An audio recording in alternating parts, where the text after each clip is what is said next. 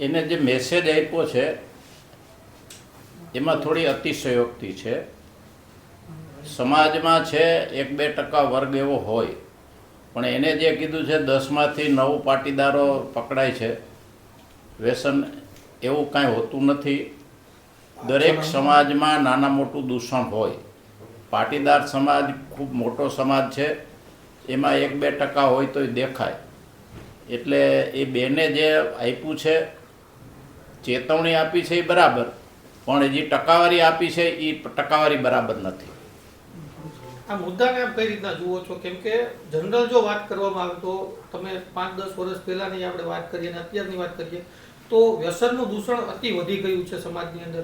દરેક સમાજમાં વધ્યું છે વ્યસનનું દૂષણ. સમાજમાં થોડીક આર્થિક સદ્ધરતા આવી છે અને એના સાથે સાથે થોડા દૂષણ દરેક સમાજમાં આવ્યા છે, અને પાટીદાર સમાજમાંય ઓછા કે આવ્યું છે. એની અમે પણ ચિંતા કરી છે. પાટીદાર સમાજ કોઈ દિવસ વ્યસનને પોષતો નથી, વ્યસનને સ્વીકારતો નથી, એટલે જ પાટીદાર સમાજની પ્રગતિ થઈ છે. અમે પણ વ્યસનને કોઈ સ્વીકારતા કે એને પ્રોત્સાહન આપતા નથી. બાપા, જે બેન છે એણે એવું પણ કીધું કે પાટીદારના નામે ભલામણો કરીને છૂટી જાય છે, આવા લોકોને એક દિવસ જેલમાં રાખો તો ખબર પડે. આને કઈ રીતના જુઓ છો? હા, કોઈ દારૂ પીતા હોય ને એને સજા થાય તો કાયદાની પરિભાષામાં થાય તો અમને કોઈ સમાજને એમાં વાંધો હોઈ શકે નહીં.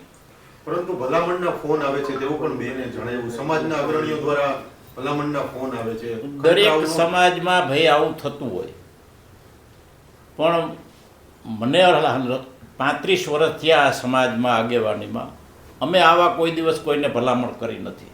તમારા મતે કરવું જોઈએ આવું? ખરેખર ન કરવું જોઈએ ભલામણ? નહીં, ભલામણ કરવી જ ન જોઈએ. બાપા, નિવેદનને આપ કઈ રીતે ગણો છો? જે ટકાવારી જે આપી છે, ટકાવારીમાં શું કહેશો? કેટલા ટકા? ટકાવારી ખોટી છે. કોઈ પણ સમાજમાં 1-2% હોય દૂષણ, બાકી જે એને 10માંથી 9 કીધા છે 90% કોઈ સમાજમાં ન હોય. પાટીદાર સમાજમાં તો હોય જ ન શકે, પણ કોઈ પણ સમાજમાં 90% વ્યસન હોય નહીં. એનો જો દાખલો દે, ભગવતસિંહ બાપુએ ફરજિયાત કન્યા કેળવણી કાયદો કર્યો. જો વધારેમાં વધારે કોઈએ બેનિફિટ લીધો હોય તો પટેલોએ લીધો. સ્વામિનારાયણ સંપ્રદાયની ગુરુકુળની વાત કરી તો ગુરુકુળ વ્યસન મુક્તિનું અભિયાન ઉપાડે છે. એમાં વધારેમાં વધારે ગુરુકુળમાં કોઈની સંખ્યા ટકાવારીમાં હોય તો પાટીદારોની છે. એટલે પાટીદારો કોઈ દિવસ વ્યસનને પ્રોત્સાહન આપતા નથી, આપશું પણ નહીં અને આપવું જોઈએ પણ નહીં.